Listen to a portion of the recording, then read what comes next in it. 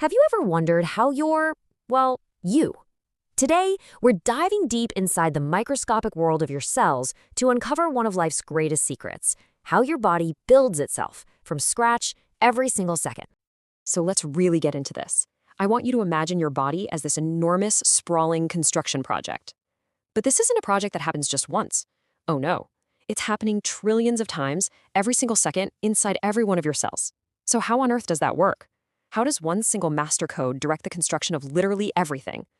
Well, to understand any construction project, you really only need to know two things: who's on the crew and where are the blueprints.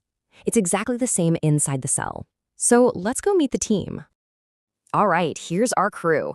First up, you've got the DNA. This is the master blueprint, the one that has every single instruction for everything. Next, we have messenger RNA, or mRNA. Think of it like a quick photocopy of just one page of that blueprint. Then you have the ribosome. That's our construction site, the factory floor where all the action happens. And finally, you've got the building materials themselves, the amino acids. These four are the stars of the show.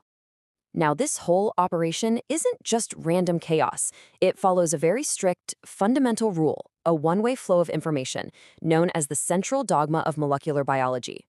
It's an idea that was first pieced together back in 1961, and it's pretty simple. Information flows from that permanent DNA blueprint to that temporary mRNA message, and then it's used to build the final protein. That's it. It's the core operating system of life itself. So our first stop takes us inside the main office, the most secure location in the entire cell, the nucleus. This is where the master blueprint, the DNA, is kept under some serious lock and key. This whole process of making a copy is called transcription. So when the cell needs a new protein, a signal comes in. A specific section of the DNA blueprint, what we call a gene, unwinds itself. Then an enzyme comes along and makes that temporary photocopy, the mRNA molecule. And here's the crucial part. That photocopy then leaves the nucleus, which means the original, priceless DNA blueprint never has to leave its safe room. And you can see why this is so brilliant, right? The whole system is designed for protection.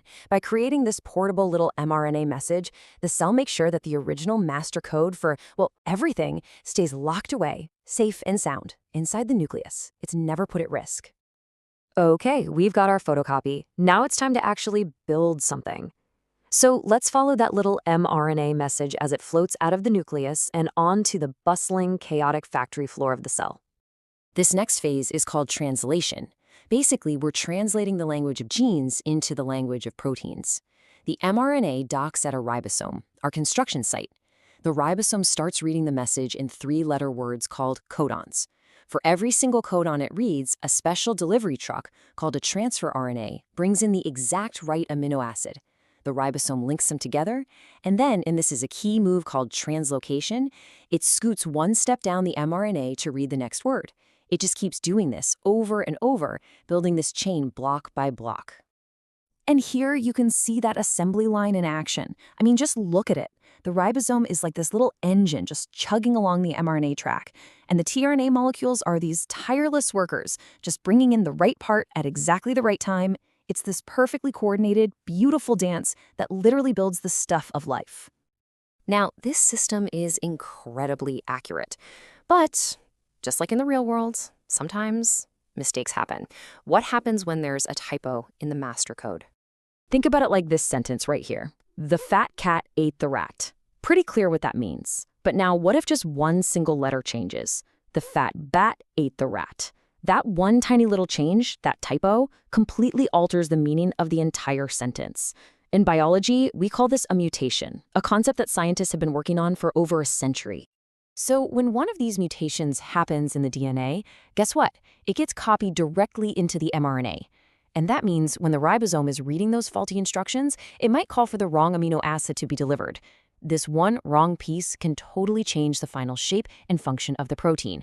Sometimes it's no big deal, but sometimes it's a very big deal. So what's the big takeaway here? Well, the source material puts it perfectly. While a lot of these typos are minor, some can be, and I quote, considerable.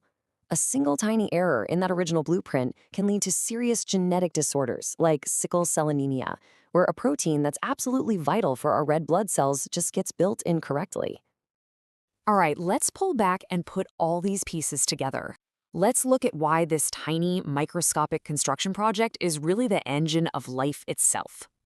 This absolutely elegant journey, from a gene tucked away safely in your DNA, to a disposable little mRNA message, to a complex working protein like the keratin in your hair or the enzymes digesting your food, this is happening constantly, right now, in you. It is the fundamental process that takes a simple code and translates it into the complex, living, breathing reality of who you are.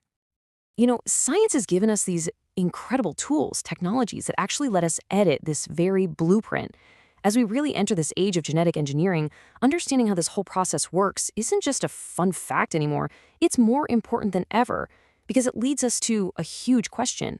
What happens when we become the architects of life itself? That's something for all of us to think about.